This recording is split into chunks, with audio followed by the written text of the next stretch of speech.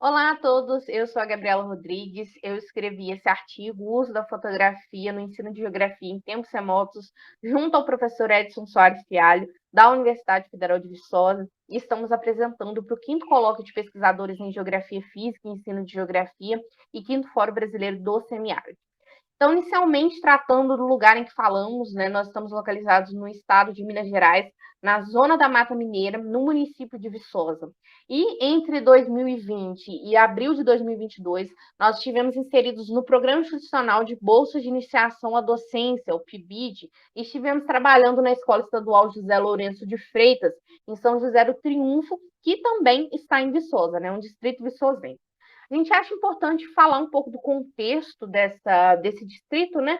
É uma área periférica e há uma grande desigualdade socioeconômica. Isso se reflete muito nos alunos que a gente atendeu durante a pandemia.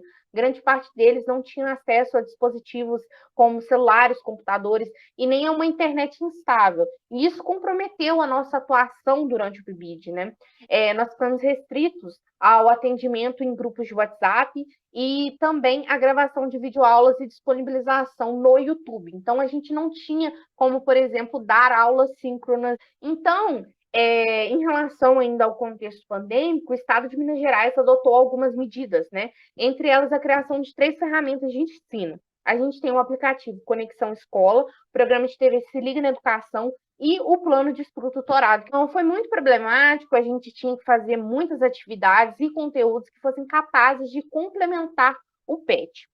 Bom, ainda sobre isso, né, como eu disse para vocês, a gente gravou muitas videoaulas e disponibilizou no nosso canal do YouTube, mas, para além disso, a gente propôs alguns projetos extracurriculares, tal qual o projeto de fotografias em casa. O projeto de fotografias em casa, ele tinha como objetivo, né, colocar um enfoque sobre um espaço que já é conhecido e apropriado pelos alunos. Trouxe aqui para vocês o banner de divulgação do projeto, né? Aqui tem datas, as regras, as pessoas que podiam participar e também a questão da premiação, né? Porque além de atribuir notas aos alunos, o primeiro e segundo lugar, tanto no ensino fundamental quanto no ensino médio, também foram premiados, né? Os primeiros lugares com um headset, um fone de ouvido gamer, e os segundos lugares com uma cesta de guloseimas. No entanto, né, apesar de todo o incentivo, em uma escola com cerca de 203 alunos regulares, a gente obteve 21 inscrições, um número muito baixo. A gente não estava esperando por isso, mas a gente teve que trabalhar com o que a gente tinha, né? E nesse caso aqui, a gente teve 4 lindos ganhadores, a gente ficou muito feliz, e a gente pensou que forma o concurso de fotografias ele poderia ter sido melhor trabalhado, né? Porque a gente não teve um fechamento. Depois da entrega de prêmios, a gente não voltou a trabalhar com as fotos, a gente pensou que o artigo ele seria uma boa forma de dar um fechamento ao projeto.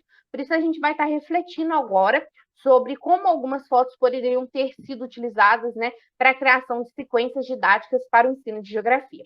Então, inicialmente, coloquei essa foto aqui que foi tirada por um aluno do sexto ano e ele colocou como legenda a descrição: natureza.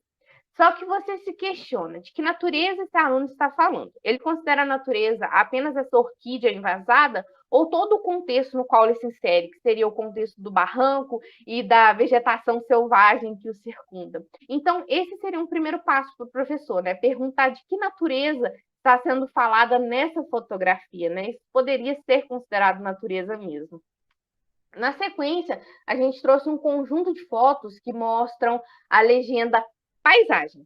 É o mesmo sentido. Os alunos eles associam, né, um conjunto de aspectos. No caso aqui, céu, água, o relevo e a questão da vegetação e tratam isso como paisagem. Isso abre uma margem para que se trate. A paisagem, ela apenas se liga a aspectos que são físico-naturais ou elas também atuam no sentido cultural, artificial, algo produzido pelos seres humanos ao decorrer da história. Então, isso também poderia vir a ser trabalhado pelo professor.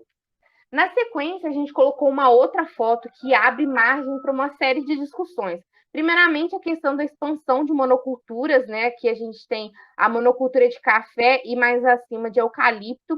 A gente tem a questão de apropriação das meias laranjas, né? A gente está numa área de mamelonização dos morros e se pergunta como compromete a biostasia, porque é possível que a gente veja áreas de ravinamentos aqui. Disso a gente poderia pensar sobre a importância que adquire essas monoculturas para a estabilidade econômica da região. Então, você tem um conjunto de fatores que podem ser analisados, né? Podem ser analisados a partir de uma única fotografia. Além, é claro, de ser uma área de transição, né? Entre a zona rural e a zona urbana. Por último, eu coloquei aqui para vocês 3 fotos. Uma primeira que dá para a gente refletir o espaço urbano, né?